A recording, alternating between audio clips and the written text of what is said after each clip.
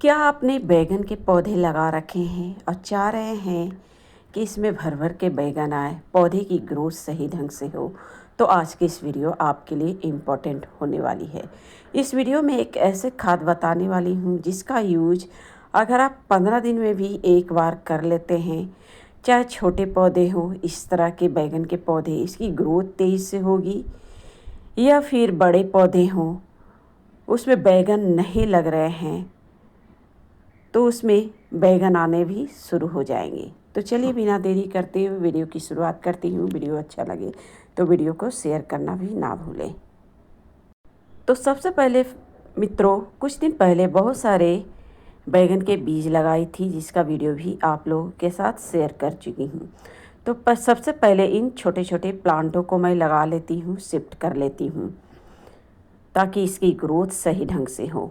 तो इसके लगाने के लिए आप कोशिश करें, बैगन के जब भी आप पौधे ग्रो करते हैं, पौधों को लगाने के लिए ग्रो बैग सिलेक्ट करना चाह रहे हैं तो 12 इंच के ग्रो बैग काफ़ी हैं। इससे बड़ा भी ले सकते हैं लेकिन इससे आप छोटा ना लें।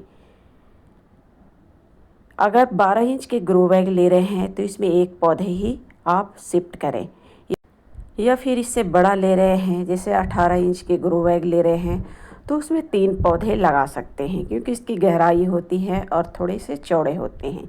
अगर 24 इंच के ग्रो बैग ले रहे हैं तो उसमें आप कम से कम 7 से 8 पौधे भी शिफ्ट कर सकते हैं। ये तो हुई ग्रो बैग की बात। अब हम बात करेंगे कि मिट्टी किस प्रकार से बनानी है।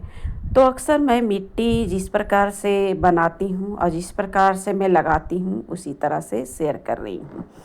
यहाँ पर एक खाली ग्रो बैग ली हूँ और नीचे के साइड में एक मुट्ठी मिट्टी डाली हूँ और बाकी ऊपर के साइड में किचन वेस्ट कंपोस्ट है, कुछ घास पात है, यानी कि ग्रीन वेस्ट और ब्राउन वेस्ट का मिश्रण है। बिल्कुल इसी प्रकार से पूरे ग्रो बैग को कम से कम आधा इंच ग्रो बैग को भर लेती हूँ। उसके बाद इसके ऊपर से मिट्टी मैं डालती हूँ और ये वही मिट्टी है जो पहले मैं कंपोस्ट बना चुकी हूँ। ये देखिए कुछ दिन पहले ही इस कंपोस्ट को मैं बनाई हूँ और ये पूरी तरह से रेडी हो चुके हैं। ये देखिए पूरी तरह से इसमें जो यूज की थी किचन वेस्ट, वेजिटेबल्स पील्स और घास पात पूरी तरह से गल चुके हैं। थोड़े से बारिश के कारण ये भीगे हुए हैं। ये देख सकते हैं इसमें कुछ भी नहीं है, सारे चीज़ें गल चुकी हैं। तो इसी कंपोस्ट को हम इसके ऊपर से कवर करेंगे।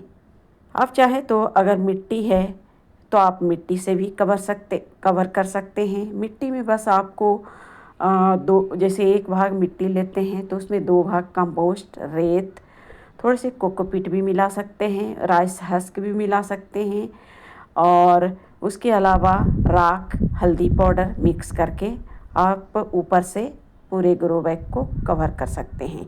तो यहाँ पर देखिए ये सारे जितने जो मैं कवर कर रही हूँ ये पूरे कंपोस्ट मेरे रेडी हो चुके हैं। यानी कि जो कंपोस्ट मेरे रेडी है उसी मिट्टी से ऊपर से कवर करती हूँ। तो यहाँ पर कुछ पौधे मैं निकाल ले रही हूँ। फ़िलहाल एक ग्रो बैग में एक ही पौधे को लगाऊंगी। तो एक पौधे मैं निकाल ले रही हूँ और इस ग्रो बैग में मैं लगा दे रही हूँ। अगर बड़े ग्रो बैग हैं तो 4-5 पौधे भी आप शिफ्ट कर सकते हैं। और यहाँ पर देखिए कुछ दिन पहले ही शिफ्ट की थी इसी से निकाल कर। कुछ बैगन के पौधे 24 इंच के ग्रो बैग में लगा दी हूँ किनारे किनारे, और बीच में उसमें लताएं वाले बेल के पौधे में लगा दूँगी। जब मैं बाहर गई थी कुछ बैगन के पौधे मेरे पूरी तरह से सूख चुके थे और इसमें कीड़े भी लग रहे थे। तो यहाँ पर देख सकते हैं अगर इस तरह के बैगन के पौधे आपके हो रहे हैं या फिर कीड़े लग रहे हैं या फिर पुराने बैगन के प्लांट है तो उनकी हार्ड प्रूनिंग कर दें तो दोबारा से इसमें ग्रोथ भी शुरू हो जाएगी। अब हम बात करते हैं एक कौन सी खाद है जो छोटे बैगन के ग्रोथ को भी बढ़ाएंगे, या फिर इस तरह के बैगन हो रहे हैं, फूल लग रहे हैं, आप चाह रहे हैं सारे फूल फल में कन्वर्ट हो, तो ये खाद आपको फ़ायदे देने वाली है।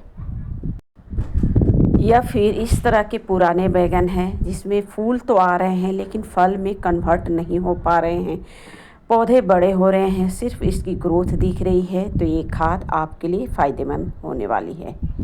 यहाँ पर जो खाद आपको बताने वाली हूँ, इस खाद को बनाने के लिए आपको लेनी है सरसों खली।